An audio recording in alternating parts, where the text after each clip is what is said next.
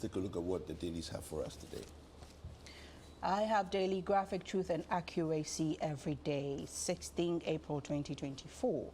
And the front page has graphic SIC Step Up Partnership. That story is on page 13. Odor Basin encroachment hampers detention pounds project. 50 years after establishment, NSS gets first policy. And on the back of the daily graphic, we have second phase. Obechebi Lamte interchange progresses steadily. Death of two in Tema, Mahia, shooting incident. Families demand justice. All right, let's look at the daily guide. And it says here, President launches national service policy. It says here, arrest drivers charging illegal fares. It's an interesting one. I'll definitely want to get into that a little later. No new taxes, Finance Minister assures. December polls, Mahama promises military barracks in new regions. And NACOC staff arrested over cocaine smuggling. All right, so that's what we have for the front page of the Daily Guide. The Chronicles. J.K. Hogler Transport wins coveted Total Energies Award. And also aspiring PC donates office to Ladadiko Topong MPP. GCB Bank PLC does not owe Government of Ghana.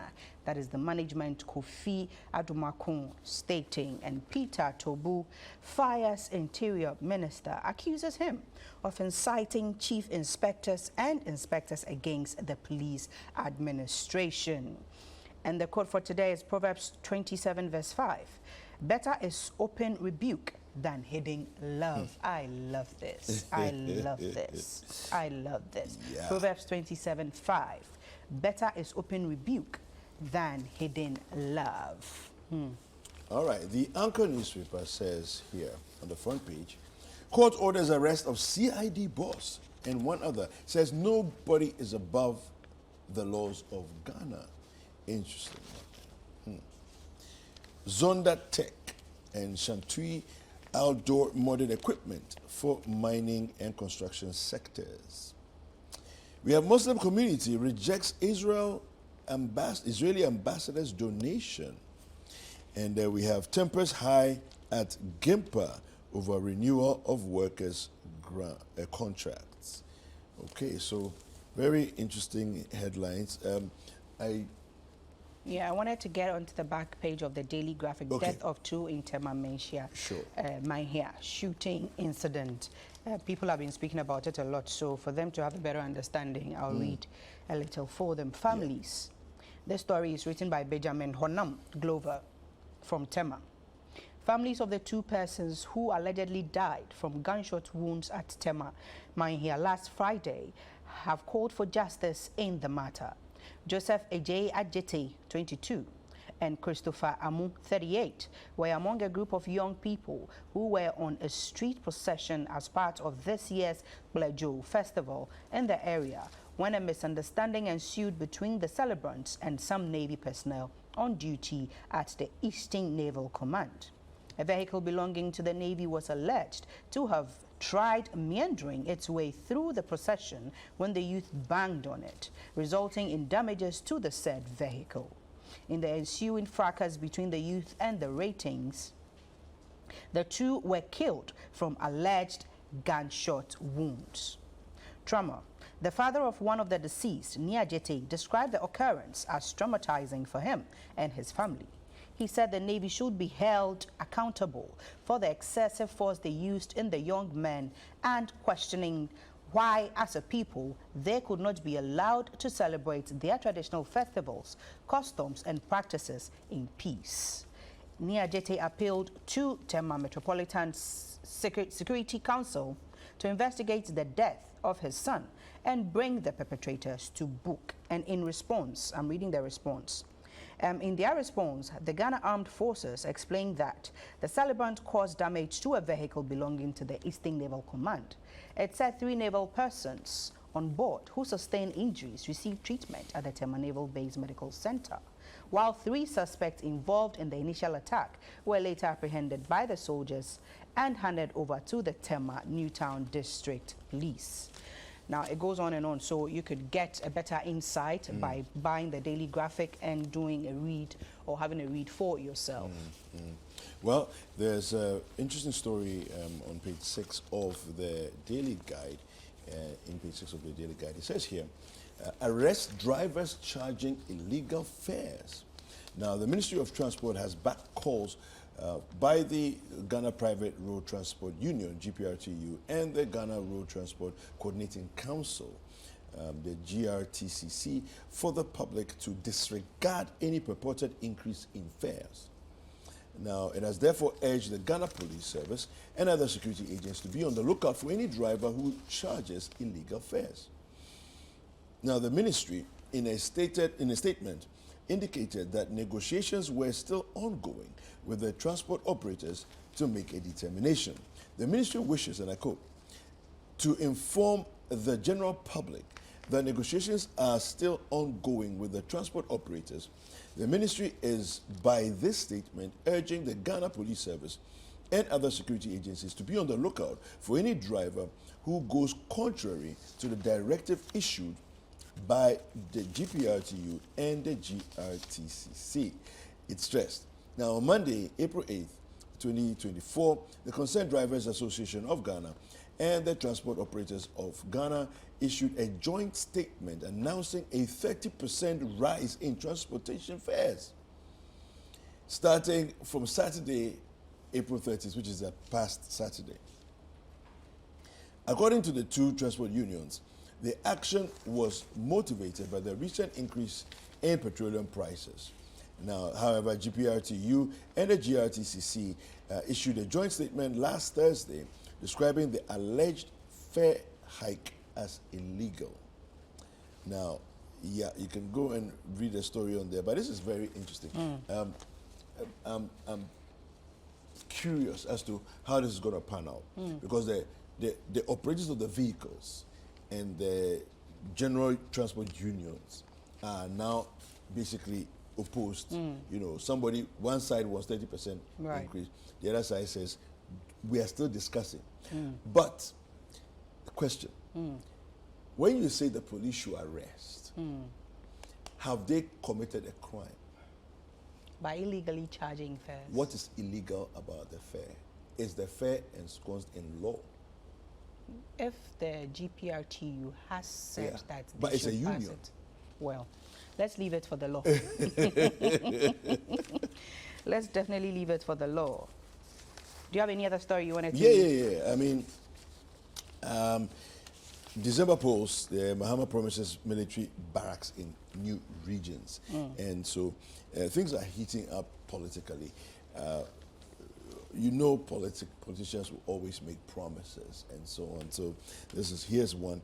And I find this one interesting because if he actually implements it, it's a good thing for security services. December Post, Mahama promises, and this is on page 6 as well of the Daily Guide, promises military barracks in new regions. Now, the flag bearer of the National Democratic Congress, John Dramani Mahama, has revealed that military barracks will be built in all the 6 newly created regions by the NDC when voted into power come December 7, 2024. Now, I quote, all the 6 regions will have military barracks so that the Ghana Army will be present in all the regions.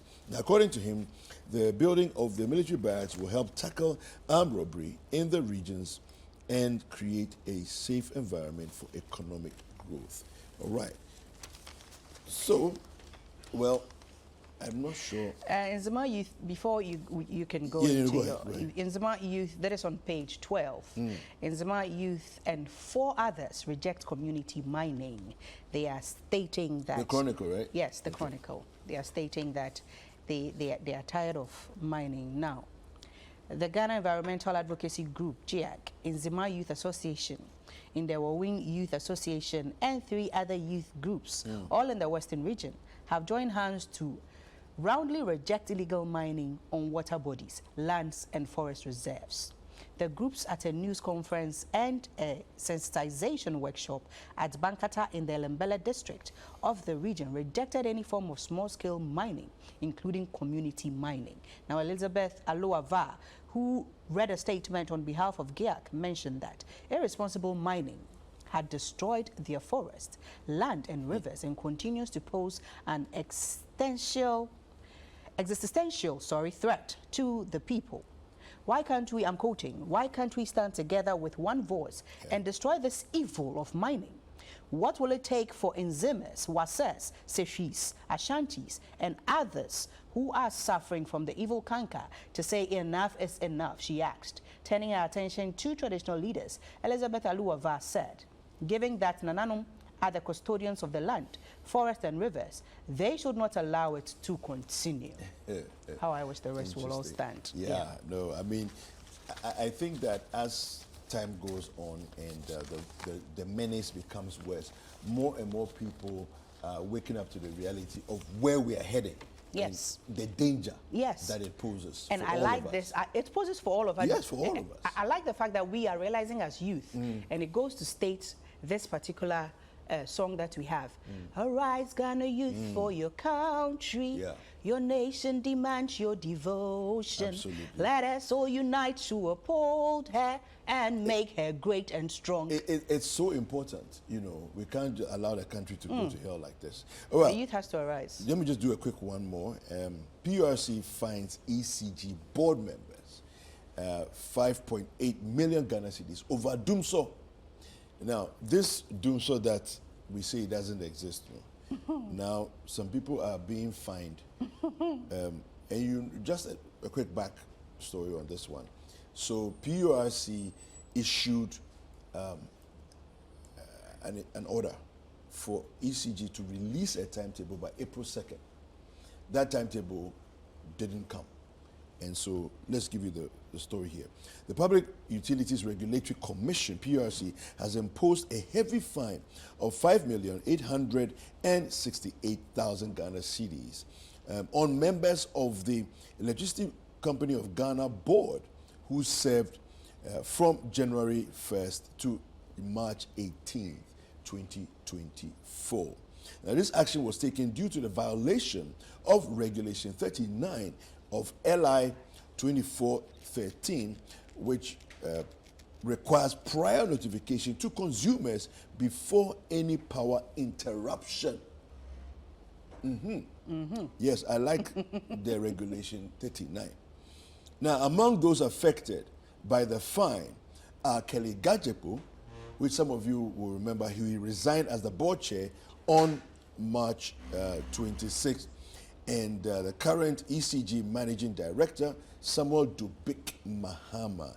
All right, now, so he says that PURC says that they flouted, blatantly the instruction that was given to them.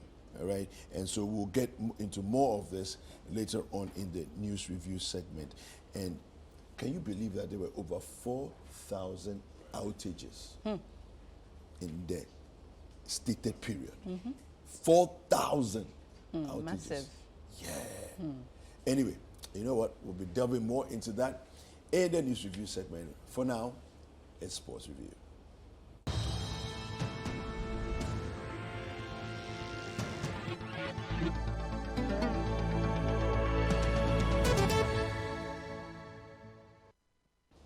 Well, you're welcome. Let's get into some sports this morning.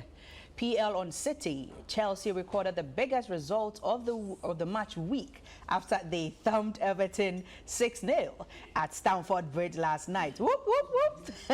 The Blues raced to a 4-goal lead before halftime by a hat-trick from Cole Palmer in the 13th, 18th, and 29th, and Nicholas Jackson in the 44th minute. They added 2 more in the second half through Palmer and substitute Adam Gilchrist. The result sent Chelsea to 9th place on 47 points. I'm happy for them. All right. Well, kudos to Chelsea. Kudos to Black Bell. Yeah. Well, you are still 9th. So try and come to top 4. Why?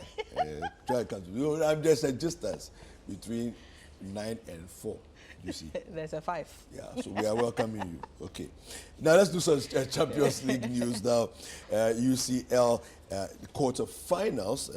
We have 2 of the 4 UEFA Champions League second leg quarterfinals come off tonight in Spain and Germany.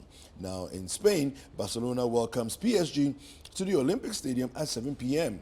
The home side holds a 3-2 advantage from last week's first leg in Paris.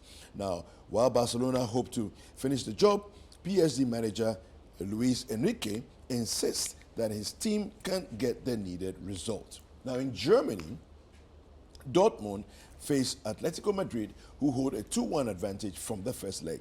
Now, Dortmund manager Adin Terzic says the Ivorian forward Sebastian Haller injured his ankle and was likely to miss the game. However, Jadon Sancho trained and will be with the squad.